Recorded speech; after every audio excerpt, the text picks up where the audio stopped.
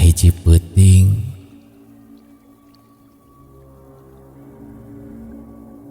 Sunarto ngarencanakeun hiji hal kanu jadi pamajikanana.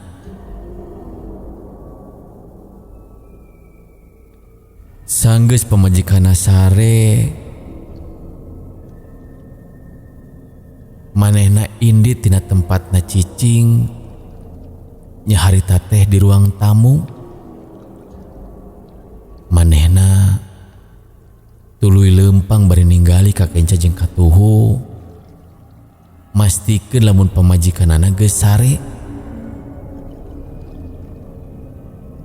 jeung mastikeun budakna teu kahudangkeun.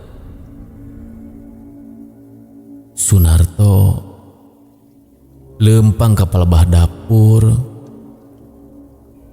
tuluy manehna muka lomari. Nu mana dina jero lomari manehna geus nyiapkeun salah sahiji kantong warna hideung. Tuluy manehna nyampeurkeun pamajikanana anu keur sare tibra. Bari keketeyepan lalaunan, Sunarto asup ka kamar. Manehna nempo pamajikanna keur sare. Sanggeus deukeut, bari rada tarik, Sunarto ngahudangkeun pamajikanana. Bu, gugah bu, ibu gugah, bu, gugah. Pamajikanana reuaseun. Anu saterusna hudang tina sarena bari dibarengan ku Sunarto anu merek kejutan. Sunarto ngagorowok selamat ulang tahun ka Lastri anu jadi pamajikanana. Ngan anu jadi heran, dina waktu harita eta pamajikanna teu ngarasa reuas atawa bungah nempo salakina mere hal sarupaning kitu. Anu diberekeun Sunarto nyaeta emas batangan anu aya dina jero kantong hideung teh. Malahan Lastri pamajikanana cicing siga aya anu diheum-heum dina jero hate ku manehna. Tekung silila Lastri nanyakeun ngeunaan hiji hal ka Sunarto salakina. Mas, bener mas make pesugihan ke warung mie ayam eta? Ngadenge pananya siga kitu, Sunarto jadi reuas. Kunaon dek?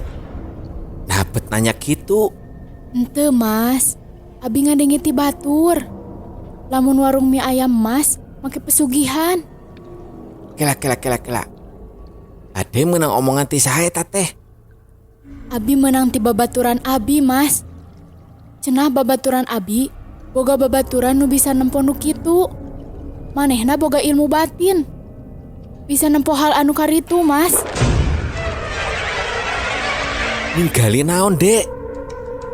Eta mah jelema anu teu bisa nempo batur sukses. Mirip ieu teh rezeki ti nu Maha Kuasa. Entong lah mikir nu macem-macem. Nikmati we kanggo nahan ti nu Maha Kuasa. Nya ningali nu kitu mas. Kan cenah manehna boga ilmu batin, bisa ningali make panon batin mas. Nya abi oge berusaha, meh teu percaya kanu kitu mas. Sok sanajan tinu hate masih tatanya mas, masih keneh kapikiran mas. Sunarto bener-bener ngarasa reuas tina jero hatena. Kusabab ceuk rarasaan mah manehna can pernah mere nyaho ka sasaha. Lamun manehna make pesugihan jang warung mie ayamna.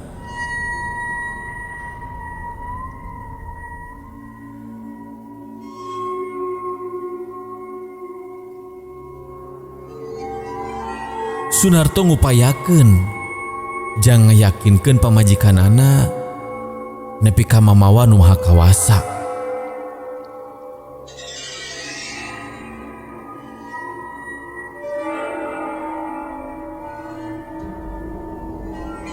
Pertanyaan nu siga kieu lain penting eta hungkul. Poe kadituna jadi atra kadenge lamun warung mie ayam Mas Sunar make pesugihan. Hal ngeunaan eta oge kadenge ku Sunarto jeung pamajikanana. Warung anu biasana loba palanggan ayeuna jadi beuki ngurangan. Padahal ceuk rarasaan manehna can pernah ngalanggar syarat nu geus dititahkeun ku Ki Jahro. Bebenangan Sunarto beuki dieu beuki nurun. Teu siga bebenangan genep nepi ka 7 bulan ka tukang. Nu nepikeun ka ngaleuyah eta bebenanganana. Nasib Sunarto anu mimitina goreng jadi leuwih alus.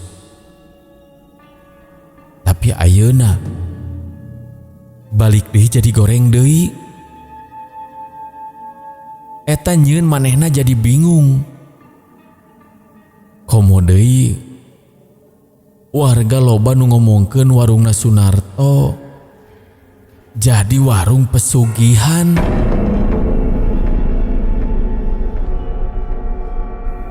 Pajarkeun teh mie ayamna, mie ayam rasa setan. Kitu oge anu ngahina ka warung Sunarto jadi beuki loba. Nu awalna disebut mie ayam setan, ayeuna loba nu ngomong lamun mie ayam Mas Sunar teh diracik ku jin atawa setan. Beuki ka dieu beuki ngajadi sagala rupa omongan jeung hinaan. Sunarto awalna mah teu mikiran naon anu jadi gunjingan warga harita.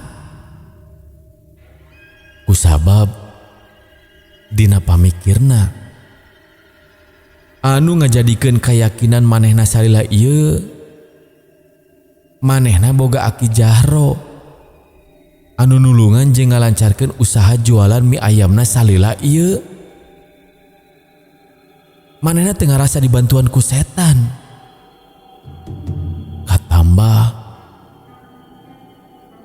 manehna teu ngarasa ngarugikeun batur tina dahareun anu dijual salila ieu. Anu pada akhirna Sunarto eleh ku rasa panasaranna. Cicing-cicing Sunarto teu bebeja ka dukun anu salila ieu mantuan usahana. Sunarto neangan jalma anu bisa nulungan manehna jang muka panon batinna. Sunarto hayang nyiar jawaban jang rasa penasaran salila ieu.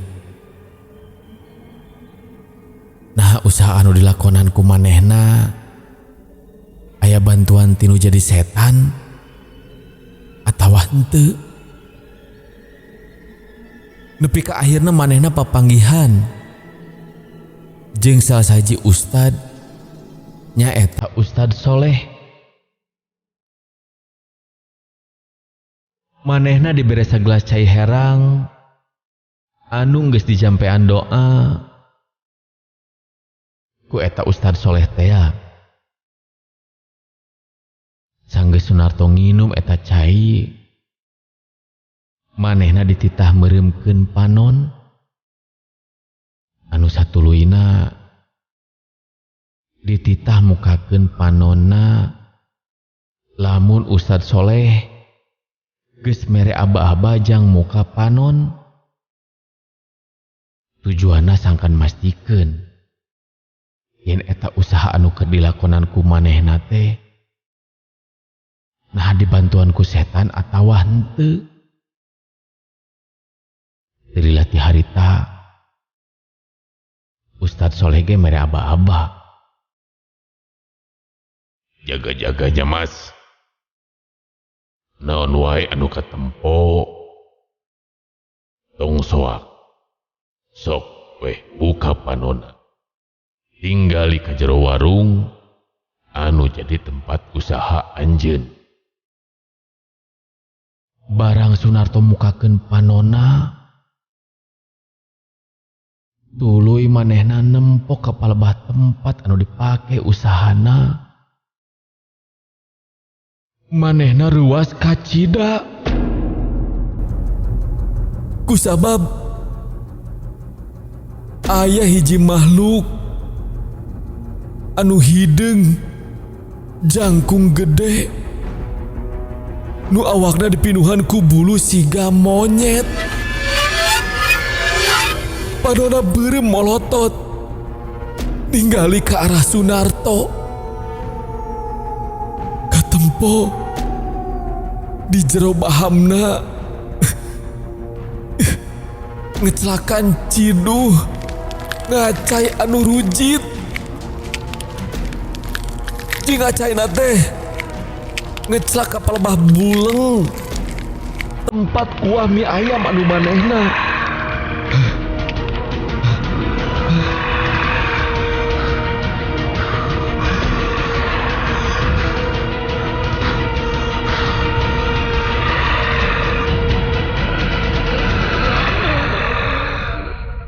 Tina kejadian eta Sunarto oge menta ke Pak Ustadz Soleh ngara bisa ngusir eta makhluk jeung nulungan manehna sangkan bisa jadi jelema anu bener jeung bisa ngabingbingna kanu jalan anu bener oge. Sunarto sadar kana kasalahanana. Sok sanajan manehna nyaho pasugihannya eta cara anu teu bener, tapi